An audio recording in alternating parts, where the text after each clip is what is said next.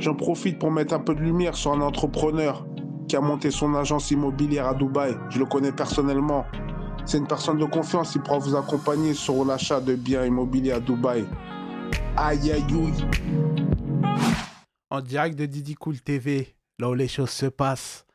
Aujourd'hui, je suis avec mon négro, Ibra. Là, c'est pas Ibrahim, c'est Ibra. Aïe aïe aïe. Alors, comment va Ibra? Ça va très bien, Claudie. Ça et toi? va? Ça va, Tranquille? merci. Très, très bien. Alors, présente-toi parce que on ne te connaît pas, donc il faut que tu te présentes, quoi.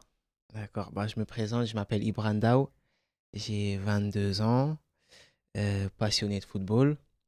Et je suis l'auteur du livre Football et dépression, dossier classé sans suite, que j'ai publié au mois de juillet 2021. Voilà. Ok, bah parle un peu plus fort parce que sinon c'est nous qui vont choper une dépression là. Ah, ok. Donc à la fin, Y a pas de quand t'es souci. chez Didi Cool TV, faut envoyer du bois mon ami. Y a pas de Donc on souci. est là, on est ensemble, Ouais. tranquille, mets-toi à l'aise. Ah, Ne je suis à n'oublie l'aise pas que t'es pourtant, chez hein. moi, tu vois ce que je veux dire? Y a pas de souci. Donc tu as écrit un livre C'est sur la ça. dépression. Et ça, c'est quelque chose qui est super intéressant parce que tu sais, souvent on parle du football champagne. Mm. Tu vois, les gens qui réussissent, les Mbappé, les Messi, les Ronaldo, tout ça. Tac. Mais on oublie vraiment une bonne partie qui sont sur le trottoir, sur la rue, tu vois ce que je veux dire? Exactement. Et là aussi, comme je te disais, on s'est entretenu avant. Mm. Il y avait des gens de Bing qui ont fait un reportage, notamment sur le même sujet. Mm. Donc, je ne sais pas si tu l'as regardé, s'il y avait exactement les similitudes, les mêmes similitudes dans ton livre, quoi. Oui, oui, oui. Bah, c'est vrai qu'il y avait des similitudes. Et que bah, la dépression, ça touche tout le monde dans le monde du football. C'est un sujet qui est malheureusement tabou. Et à travers ce livre, c'est ce que j'ai essayé de faire, de lever, on va dire, ce tabou, pour justement faire de la prévention au niveau des jeunes, pour qu'ils soient sensibilisés et qu'ils puissent être informés, on va dire, des dessous dans le monde du foot. D'accord. Et toi, ton cursus scolaire, avant d'arriver à écrire un livre, Mhm. comment t'as fait? T'es encore dans les études ou tu travailles? Tu fais quoi c'est quoi ton parcours scolaire? Mon parcours scolaire, c'est un parcours, bah, j'ai eu un bac STMG, spécialité marketing. J'ai fait comment dirais-je, j'ai un BTS communication. Du coup, j'ai fait des études en marketing et communication. Et actuellement, je travaille dans les ressources humaines. Voilà, ça se passe très bien. Et voilà, du coup, j'ai un Et parcours scolaire normal. qu'est-ce qui t'a pris à écrire un livre sur ce thème, en fait? Comment... Ah, la fameuse question. Ouais, comment Voilà. t'en es arrivé là, quoi? Est-ce que t'es un footballeur déçu Mhm. qui a fait que tu as écrit sur les footballeurs déçus? C'est vrai que j'ai connu pas mal de déceptions moi-même dans le monde du football, mais c'est pas ce qui m'a poussé, on va dire, à écrire un livre dans un premier temps. Moi, ce qui m'a, on va dire, vraiment poussé à écrire le livre, c'est que voilà, moi, j'ai toujours eu une attention particulière pour mes amis ou mes connaissances qui ont été libérés par les centres de formation et bah, qui ont rencontré des périodes très difficiles après cela. Et bah, je les voyais, voilà, ils se renfermaient, ils étaient très, voilà, ils se sentaient vraiment, ils étaient tristes, quoi. Parce que tu es dans un autre monde quand tu es dans un centre de formation. Tu côtoies les professionnels et là, du jour au lendemain, tu te retrouves à chercher un club ou jouer dans des niveaux vraiment supérieurs où tu entends les moqueries des anciens coéquipiers. Et c'est comme ça que j'ai commencé à faire des recherches sur le sujet. J'ai fait des recherches et je me suis rendu compte que voilà, le sujet était très peu traité. Bah, du coup, j'en ai profité et j'ai fait des recherches. C'est comme ça que petit à petit, j'ai commencé à écrire et ça m'a plu et voilà. Ok. Et c'était de l'autoproduction. L'autoproduction. Mm. C'est toi qui t'es. Ton éditeur, ça a été Amazon, C'est mais ça. c'était de l'indé. Exactement. Parce Donc, que je le montre, le livre. Ouais. Voilà, qui est là, avec une belle photo d'Ibra. Aïe, aïe, aïe. Le beau gosse, quoi, il a posé, quoi. Hein. Ah, merci, ça fait Et, plaisir. quand je vois, j'ai lu la table des matières, je vois des trucs brossons, suicide, dépression, retour à la case départ. C'est comment? Bah, en gros, dans ce livre, je traite de toutes les situations qui peuvent engendrer, on va dire, de la dépression dans le monde du foot. Par exemple, je peux très bien parler des blessures. Voilà, il y a par exemple, je prends l'exemple de Abou Dhabi qui était un joueur Exceptionnel. exceptionnel. Et quand on voit sa carrière, malheureusement, je pense que... Heureusement que c'est quelqu'un qui est mentalement très solide, mais voilà. Je peux parler par exemple des jeunes qui sont libérés par les centres de formation, des joueurs qui se font arnaquer par certains agents, et voilà. Et là, j'ai vu dans ton, je l'ai entrouvert et tout ça, j'ai vu une photo de Carlos Tevez. Oui. C'est quoi l'anecdote avec Carlos? L'anecdote avec Carlos Tevez, en fait, c'est par rapport à l'argent. Carlos Tevez, il vient d'une famille très très pauvre. Et après, bah, il expliquait qu'en gros, lui, dès la signature de son premier contrat pro, il a invité tous les membres de sa famille autour d'un barbecue dans une zone pavillonnaire. Voilà, ils ont bien mangé, etc. Et à la fin du barbecue, il leur a tous rendu une clé et tous ses oncles et ses tantes avaient leur propre maison. Et en gros, bah, il expliquait que grâce au football, il a pu offrir ce cadeau aux membres de sa famille, qui était l'un de ses rêves. Mais aussi, il expliquait qu'à travers ça, qu'il fallait faire très très attention parce que quand tu viens de signer ton premier contrat pro, tu t'affoles, tu as beaucoup d'argent, tu es jeune, et il expliquait qu'il fallait pas dilapider son argent. Mais là, on est loin de la dépression, là. On est dans les happy end. C'est vrai, on est, comme tu as dit, on est loin de la dépression, mais je peux prendre l'exemple de Tevez, mais il y a d'autres joueurs qui malheureusement ont mal géré leur argent ou leur premier contrat pro. Comme Parce je que disais. j'ai entendu, il y a un ancien coéquipier de Zinedine Zidane qui a joué à Bordeaux avec lui et qui est mort SDF. Voilà. Ça, c'est des choses qui arrivent, malheureusement. C'est ça. Et c'est pour ça que Tevez parlait de ça. Il disait que voilà, faut faire très très attention quand on entre dans le milieu pro, quoi. Personnellement, est-ce que tu as des amis qui ont fait des dépressions à cause du foot? Je, je dirais oui, mais ils le disent pas ouvertement. Parce que comme je disais, c'est un sujet très très tabou. Vas-y, balance-les. Oh, non, je pourrais pas. Même moi qui a connu une très grande déception dans le monde du foot, j'ai encore du mal à en parler. Mais bon, comme j'ai fait ce livre, j'en parle. Voilà, par exemple, moi, j'ai eu plusieurs occasions pour, par exemple, signer des contrats pro à l'étranger. Malheureusement, pour des raisons Où ça? personnelles, j'ai eu l'occasion de jouer en République tchèque, par exemple. Voilà, ça ne s'est pas fait pour des raisons personnelles, je dirais. Mais c'est vrai qu'après, quand tu reviens, bah, tu es déçu parce que tu goûtes au monde professionnel. Mais bon, voilà, c'est pas évident. Mais après, il faut essayer de tourner la page, rebondir et Est-ce voilà. qu'on peut pas se dire que c'est un cadeau d'avoir pu jouer dans le monde professionnel, même sans avoir percé? Mhm. Tu vois ce que je veux dire? C'est un cadeau comparé parce que même si vous n'avez pas joué en professionnel ou peut-être vous êtes en semi-professionnel, Ouais. on vous donnait de l'argent quand même. On donnait de l'argent pour jouer au foot. C'est vrai. Tu vois, est-ce qu'on peut pas voir la chose comme ça? Bah, si on arrive à voir la chose comme ça, c'est très très bien. Après, c'est très rare aussi parce que tu dis que peut-être tu as frôlé de peu ton rêve. Du coup, ça peut être difficile à encaisser. Est-ce que tu crois que c'est ce que les médias Mhm. ils véhiculent par rapport au foot en montrant Ronaldo qui est millionnaire et tout ça, un tel qui a tel 4x4, l'autre qui a ceci. Est-ce que c'est pas ça qui pousse nos jeunes à la dépression? Et même quand j'ai regardé le reportage, Mhm. j'ai vu que même Robert Pires, champion du monde, Bien sûr. dépression. Ouais, Comment tu l'expliques? Je sais que tu n'es pas médecin, mais tu as écrit un livre dessus. Comment tu l'expliques? bah, comme je disais, ça touche tout le monde dans le monde du foot. C'est une maladie qui touche tout le monde et que ce soit les professionnels, les retraités, les jeunes. Par exemple, tu prenais l'exemple de Robert Pires et bah, moi je comprends totalement. Même les joueurs comme Neymar, Pogba, on en a parlé récemment aussi. Tu as fait une dépression? Bien sûr, il en a parlé et il disait que c'est très compliqué parce qu'il traversait une période assez compliquée. Il jouait pas assez à Manchester et voilà, quand tu as un statut, on t'a acheté une centaine de millions d'euros, c'est pas évident à vivre. Et même d'autres joueurs pros qui ont une image, par exemple qui jouent en équipe de France, etc. Je regardais un jour un reportage sur Griezmann, je crois, et toutes les 5 minutes, il se fait arrêter pour qu'on on le prenne en photo, pour faire ceci, pour faire des autographes et t'as pas de vie privée, c'est pas évident. Ouais, mais c'est aussi le jeu. Oui, bien sûr. Parce que même quand une fois que tu fais des pubs, tu t'es pas discret. Alors, Pogba, il est très loin d'être discret. C'est vrai.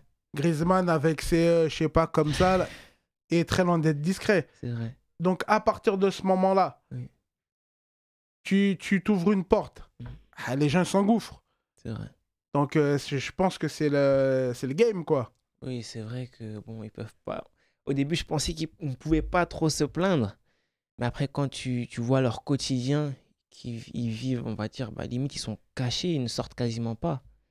Et moi, je comprends quand ils disent, voilà, des fois, ils ont une vie qui est assez difficile à vivre, quoi. Ok, ok. Et Mm. toi, tu as joué au foot jusqu'à à quel niveau? Moi, bah, en France, j'ai un parcours normal. Pourtant, j'ai pas joué à un niveau extraordinaire. J'ai joué maximum jusqu'en DHR, c'est un niveau régional. Et après, comme je t'ai dit, j'ai eu quelques, Des opportunités? quelques opportunités à l'étranger, notamment en République tchèque et autres. Tu joues quel poste? Moi, je suis défenseur central. Et- Desailly? Ouais, on peut dire ça comme ça. J'ai pas le même style de jeu que lui, C'est quoi? Toi, mais t'es du Marquinhos? on peut dire ça comme ça. Mais je suis très, très polyvalent. Et d'ailleurs, je suis même un peu indécis sur mon poste. Et j'ai joué pratiquement tous les postes depuis tout petit. Mais Même gardien? non, sauf gardien. Sauf gardien. Mais voilà, le poste où je suis vraiment bien actuellement, c'est défenseur central. D'accord. Voilà. Et là, c'est le Sénégalo-Brésiliano? Ouais. Ouh. Ouais, on peut dire ça comme ça, hein. Marquinhos, franchement, c'est un joueur que j'aime bien. Bah, la pioche, on parlait de Pogba tout à l'heure aussi, quand je joue à son poste. J'adore ce qu'il fait. Et voilà, comme je t'ai dit, passionné de football, je me dois de suivre ces grands joueurs. Et parle-nous un peu des certains chapitres de ton livre. D'accord. Pour toi, c'est quel le chapitre qui t'a plus marqué dans ton livre? Euh, Ah, ça, c'est difficile à choisir, hein. Mais je dirais retour à la case départ, peut-être. Alors, dis-moi, c'est quoi le retour à la case départ? Retour à la case départ, c'est un chapitre où je parle en gros de nos frères africains, malheureusement, qui se font arnaquer par de faux agents au pays.